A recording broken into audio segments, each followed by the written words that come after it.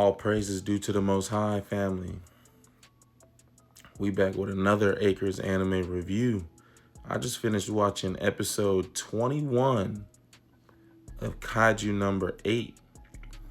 And I'm not gonna lie to y'all, I really think this might have been my favorite episode of the season. This might have been my favorite episode of the season, y'all. I know it wasn't a lot of rah-rah, super fire action, crazy animation.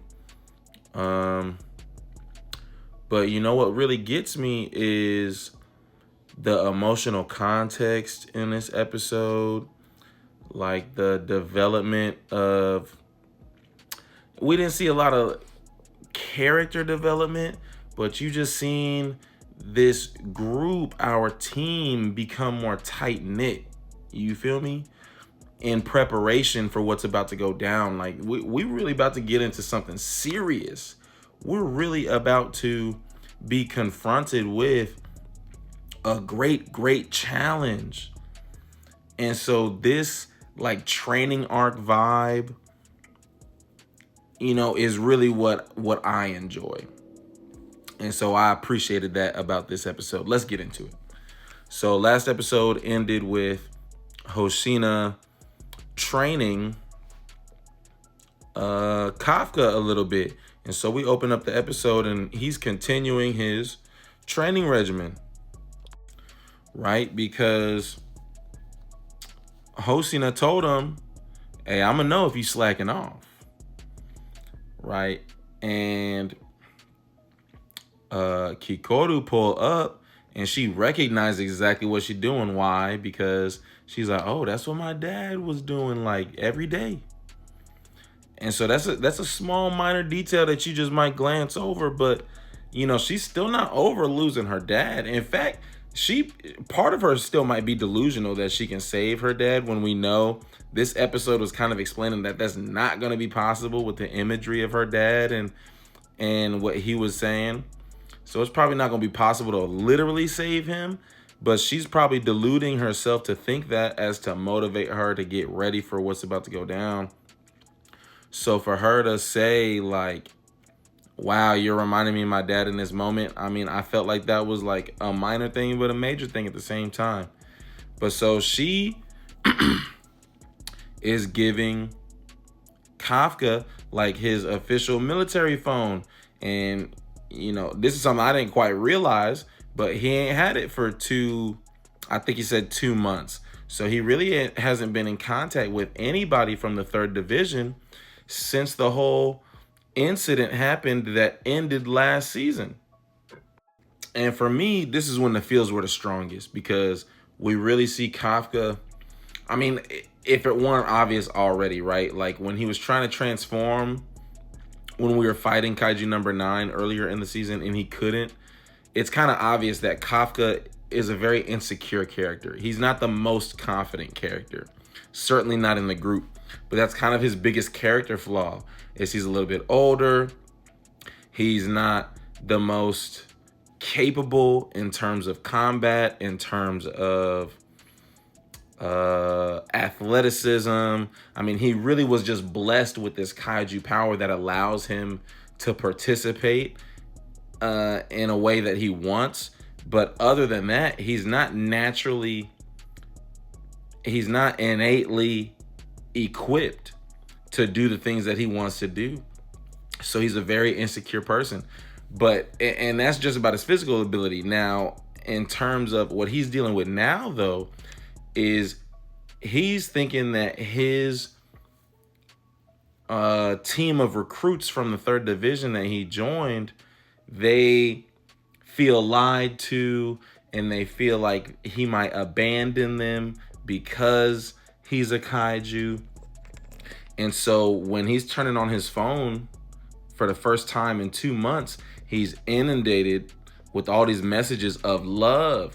But before he turned it on, like what's keeping him from turning it on is this fear that he's going to get all these messages of hate and disappointment and anger.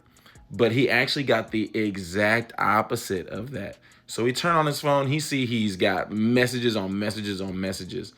And literally as if it almost seems like Reno was like, had been trying to call him for 2 months the whole time, because he turns on his phone, he sees his messages, and within seconds, within a minute or so, he gets a call from Reno, and he accidentally hangs up. And this was just funny to me. And then he gets another call from Iharu. We know they're peas in a pod, right? So it's like, you should have known that they was right by each other.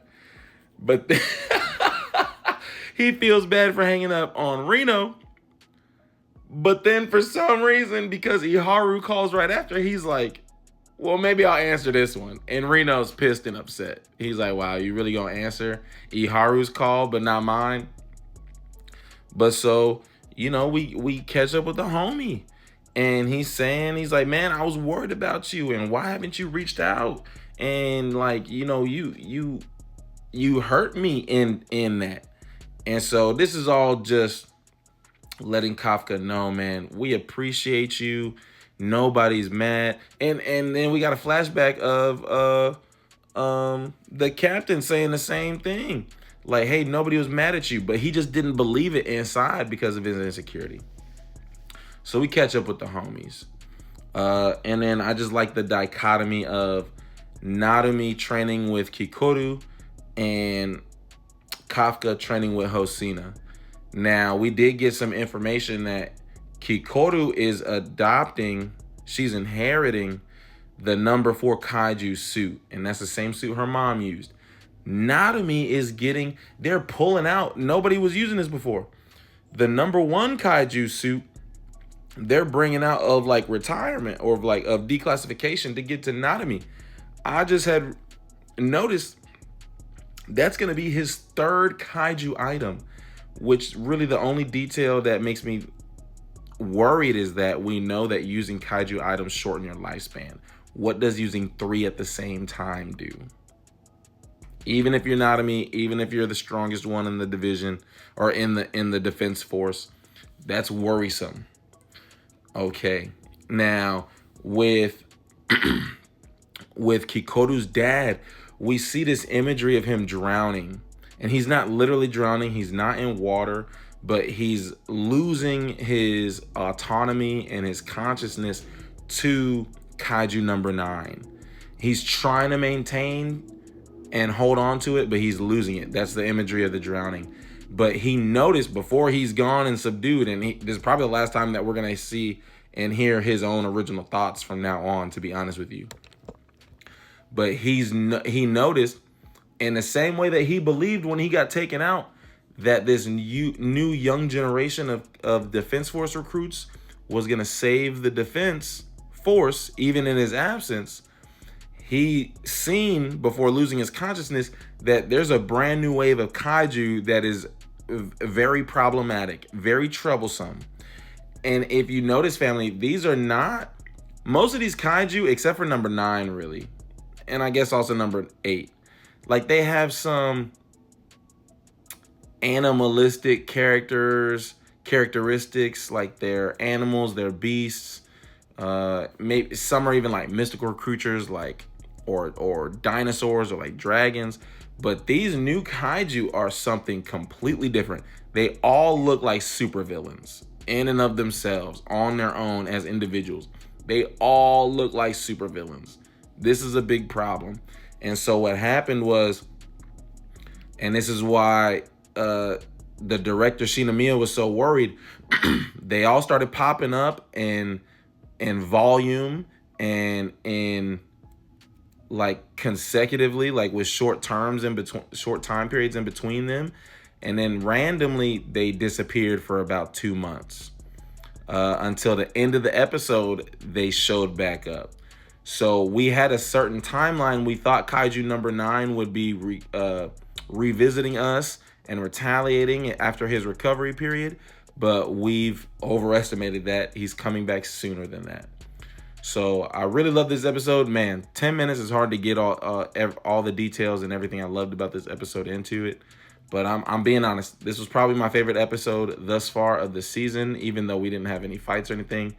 The scene with Kafka and Ashido was chef's kiss. Peace and love.